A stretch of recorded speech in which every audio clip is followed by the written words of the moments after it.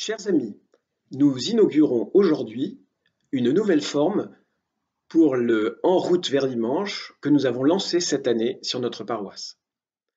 L'idée est de vous proposer, par une courte vidéo, une préparation du cœur à l'écoute de la parole de Dieu que nous entendrons le dimanche suivant. Alors qu'en est-il pour dimanche prochain? Nous serons le 6e dimanche de Pâques, en attente de la fête de la Pentecôte. Alors nous pouvons nous laisser exhorter par Pierre lui-même, Pierre qui a tant fait pour convaincre les croyants des premières communautés de se laisser convaincre par la bonne nouvelle de la résurrection du Christ et qui a tellement fait pour que l'Esprit Saint agisse. Alors Pierre nous dit, soyez prêts à rendre compte de l'espérance qui est en vous, mais faites-le avec respect et douceur. Alors je vous propose 3 lieux d'espérance à approfondir pour voir comment résonne cet évangile en nous. Le premier lieu d'espérance, c'est l'espérance pour nous-mêmes. L'espérance que, quoi que nous pensions, quoi que nous fassions, eh bien l'amour de Dieu sera toujours plus grand que nous-mêmes, que Dieu saura nous conduire, qu'il saura nous transformer, qu'il saura nous relever dans toutes les situations. Et puis l'espérance pour notre temps présent.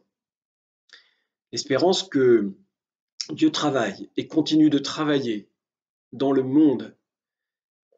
Nous avons l'impression que ce monde est très complexe, qu'il ne cesse d'hésiter entre le meilleur et le pire.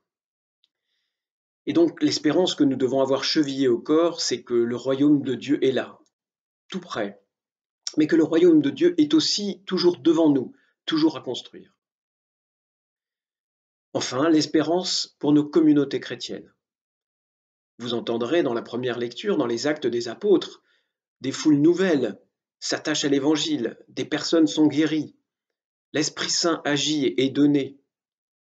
Nous devons avoir la même espérance pour nos communautés, peut-être dans des formes différentes de celles d'hier, peut-être même de celles d'aujourd'hui, mais certain que l'Esprit Saint agit en nous et par nous.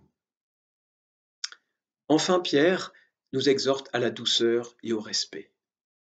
Nous le savons, il ne s'agit pas d'imposer nos convictions par un discours imposé ou brutal. Il s'agit de vivre et de donner à voir l'Évangile. La douceur et le respect seront alors les fruits de l'Esprit Saint qui nous est donné. À dimanche!